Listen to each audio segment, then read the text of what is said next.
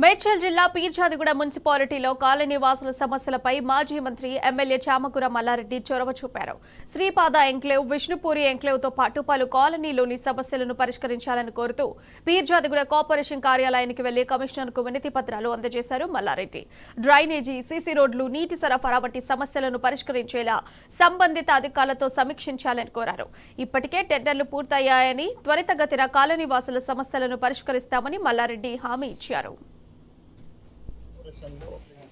ఈరోజు ప్రజల సమస్యలు చాలా ఉన్నాయి. డ్రైనేజ్ కానీ, చిన్న చిన్న రోడ్లు కానీ, మళ్ళా అది మంచినీళ్ళే కానీ, ఇవన్నీ కూడా ప్రాబ్లమ్స్ ఉంటే మేము కమిషనర్ గారి దగ్గరికి రిప్రజెంట్ చేసినాం.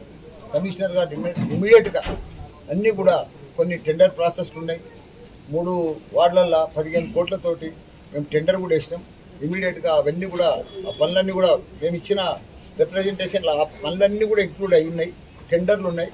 అవి దసరా లోపల కంప్లీట్ చేస్తామని చెప్పిండు. రోడ్లు కానీ, డ్రైనేజ్ కానీ, అదే గుట్ట మీద పేద ప్రజలకు 74 డబుల్ బెడ్రూమ్లు ఉన్నాయి. వాళ్ళకు వాటర్ వస్తలేదు, చాలా సమస్య ఉంది. అక్కడ బల్క్ కనెక్షన్ కావాలి కాబట్టి ఇప్పుడు వాటర్ వర్క్స్ ఎండీతో కూడా మాట్లాడినా ఇమీడియట్గా కనెక్షన్ కూడా ఇస్తా అని చెప్పిండ్రు. అన్నీ కూడా మంచిగా ఈ కమిషనర్ గారు బాగా పనిచేస్తుండు, పర్ఫెక్ట్ పనిచేస్తుండు.